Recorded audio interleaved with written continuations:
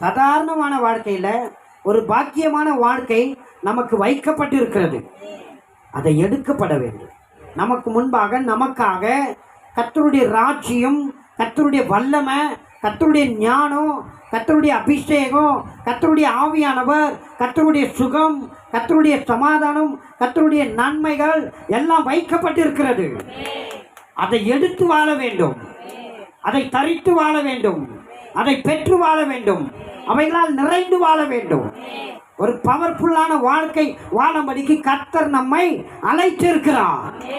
சாதாரணமான வாழ்க்கை அல்ல. சொல்லுங்க, சாதாரணமான வாழ்க்கைக்காக நான் அழைக்கப்படவில்லை. வலிமையான, வல்லமையான, மகிமையான, ஆசீர்வாதமான, நிறைவான, அற்புதமான, சாட்சியான வாழ்க்கை வாழும்படி கர்த்தர் என்னை அழைத்திருக்கிறார். கர்த்தர் என்னை தெரிந்து கொண்டிருக்கிறார். அப்பேற்பட்ட வாழ்க்கையை நான் வாழ்வேன்.